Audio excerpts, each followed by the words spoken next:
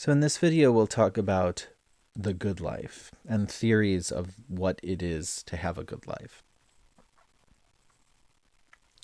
So there are two dominant theories of the good life. The first one is hedonism, and the second one is desire satisfaction theory.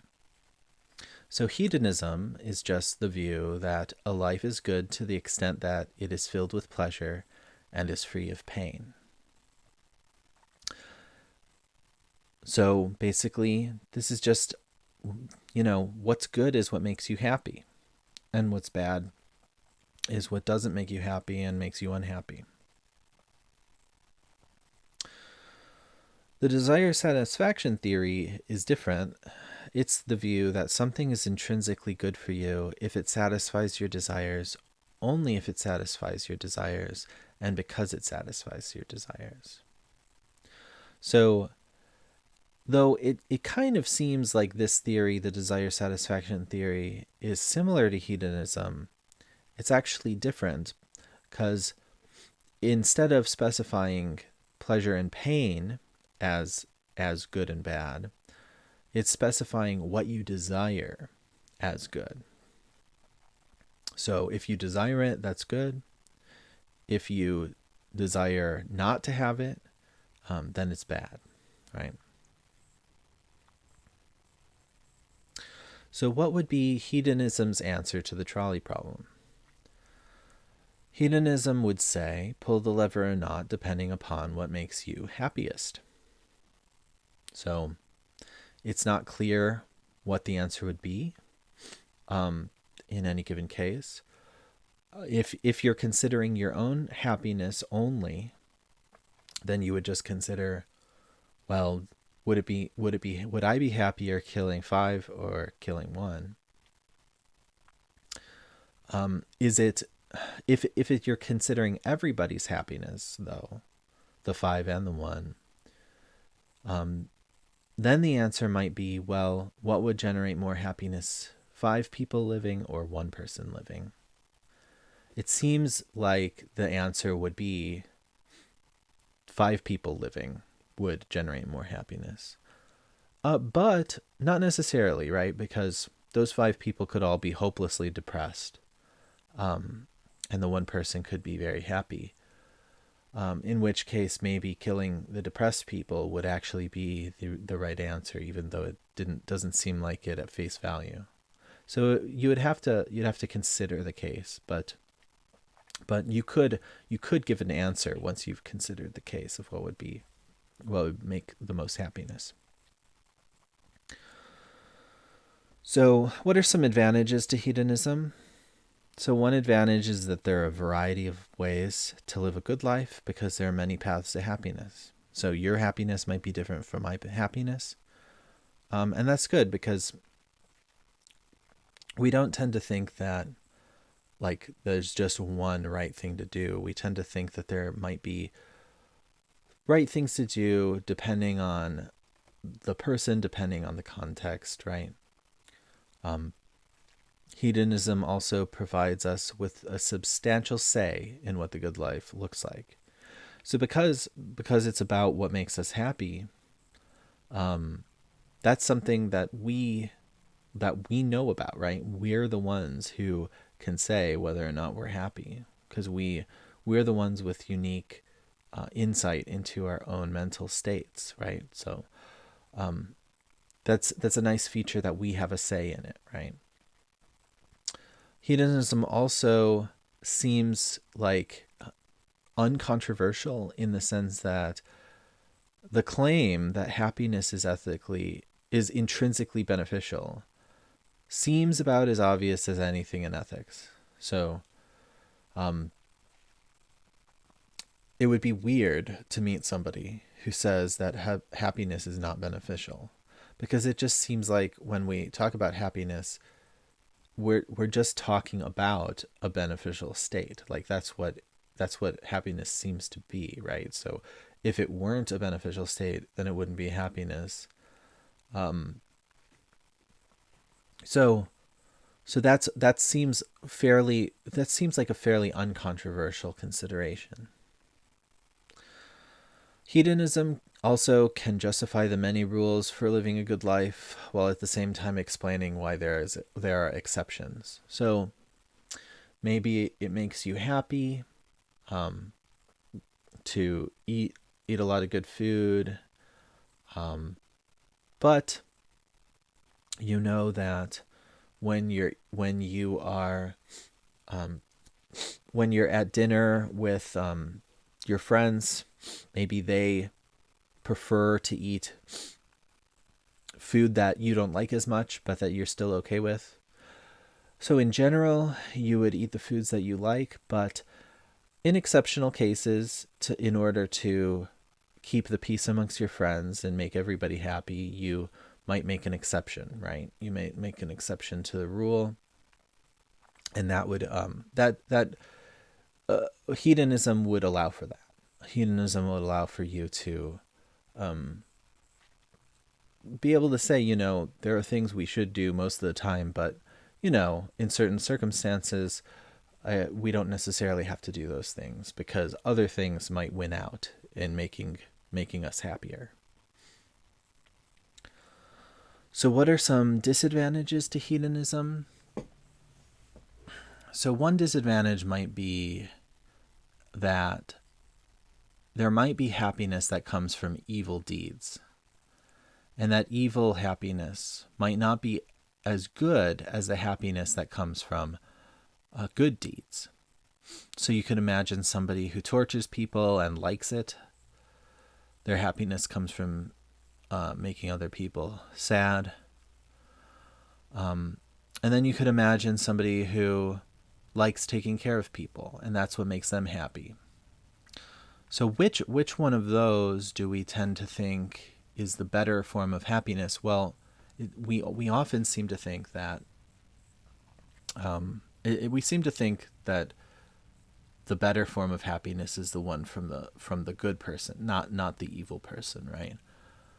So if that's true, then maybe there's something else other than happiness that we need to consider. Another disadvantage is that those whose happiness is based on false beliefs, under hedonism, don't have worse lives than those who have happiness based on true beliefs. So for this one, we can imagine two people.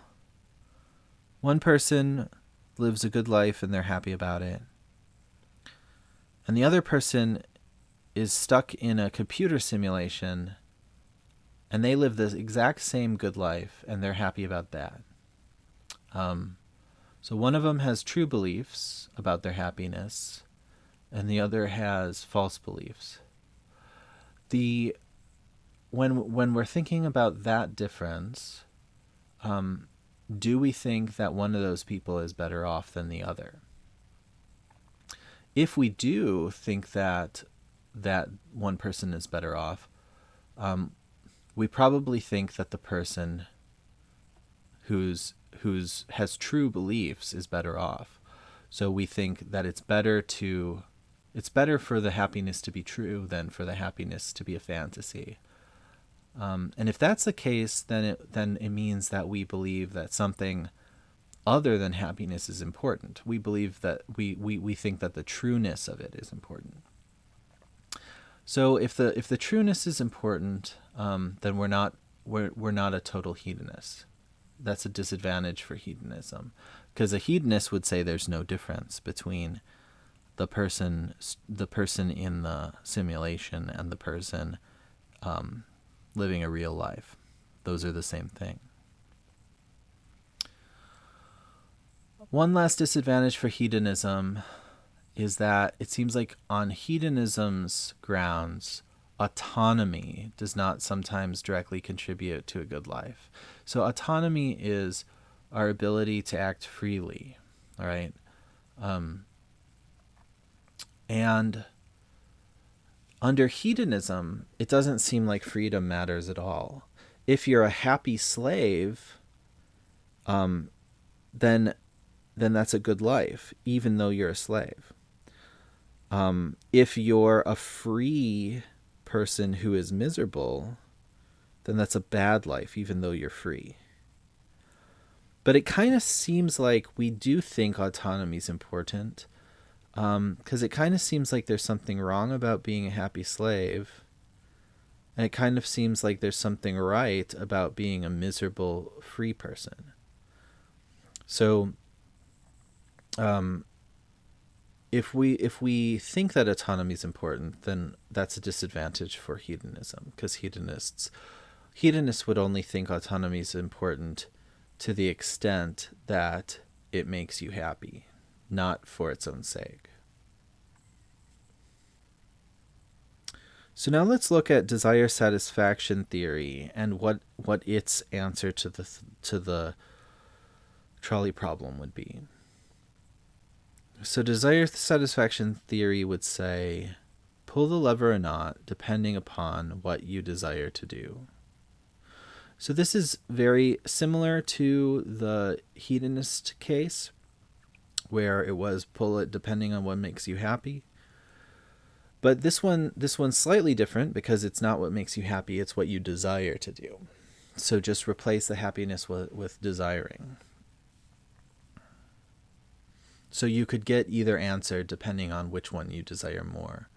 Or if you're considering all the desires in the situation, depending on what all the people desire more.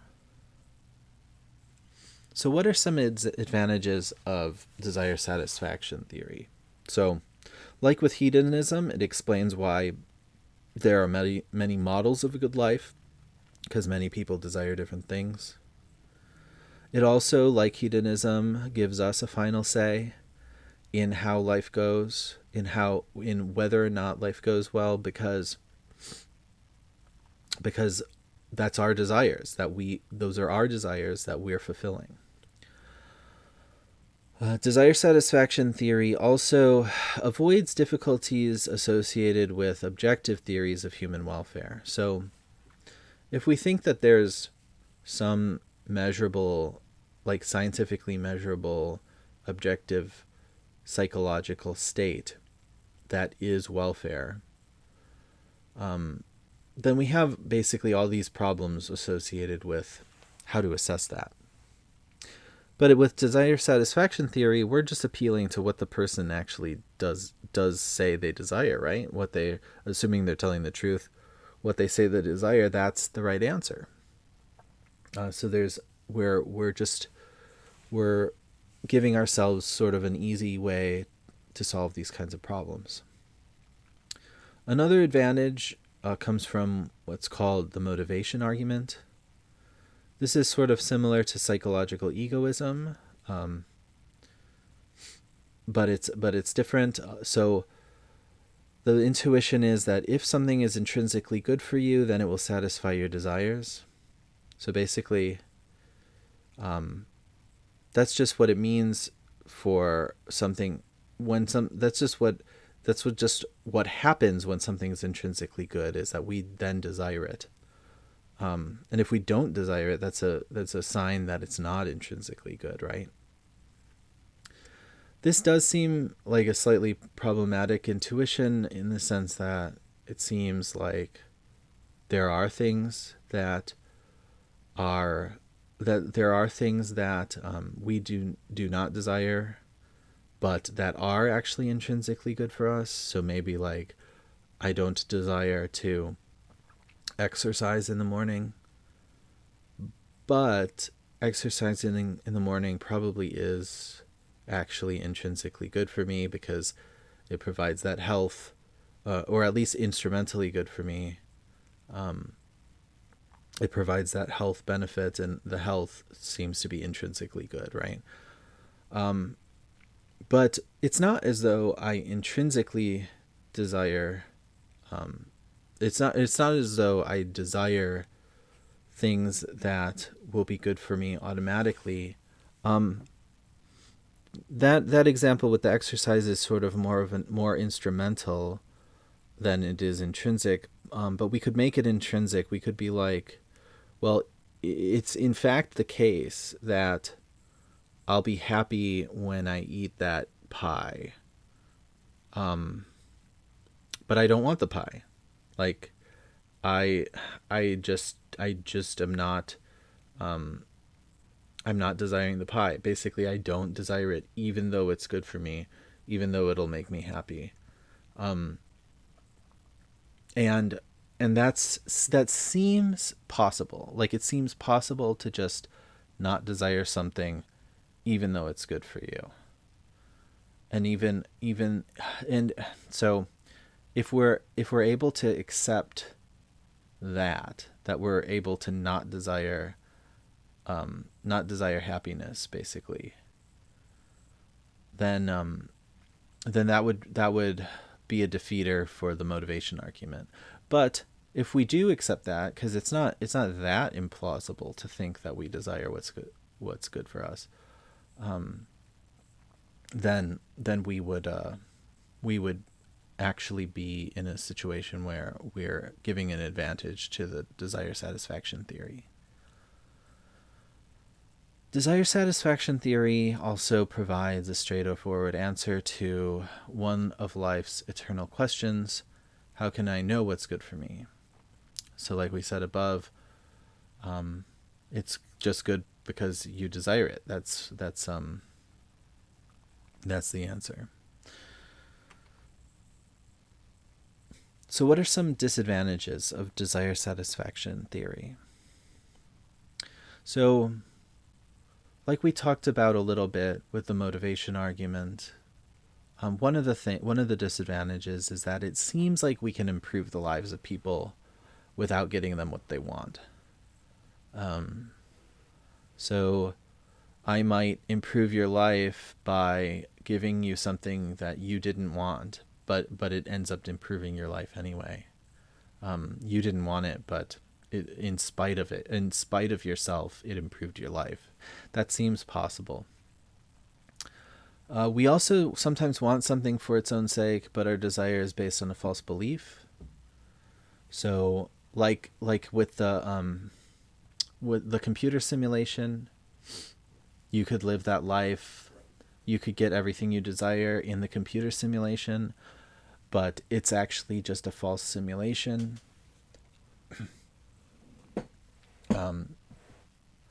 Or you could want something that you think will make you happy, but really it actually won't make you happy.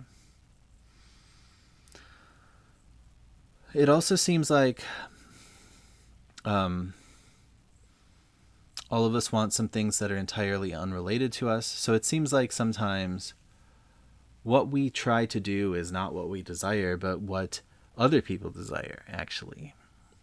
Or not what they desire, but what's good for them. It seems like sometimes we act in ways that don't reference desire. Also, there's sort of a self-defeating thought. What if you achieve your desires, but then you feel disappointment, emptiness, boredom, or depression? So, is it possible that achieving your desires actually will end up not being good for you, and actually be a situation that is sort of undesirable in itself? That achieving your desires is actually undesirable and not good for you. There's also a disadvantage that you could actually fulfill your desire and get what you want, but never realize it. So an example of this could be like you win an award, but the letter telling you that you won the award got lost in the mail, and you wanted to win the award, and you did, but because you never realized it, it never actually was good for you. So basically, your desire was satisfied, but you never knew it, and therefore it never was good. And the last disadvantage is the idea that when we get what we want, there might be something problematic about our desire. So, like the example of the torturer, maybe the torturer desires to torture, but isn't getting that desire satisfied a problem? Isn't that bad that the torturer is satisfying their desires? So those are some disadvantages of a desire satisfaction theory.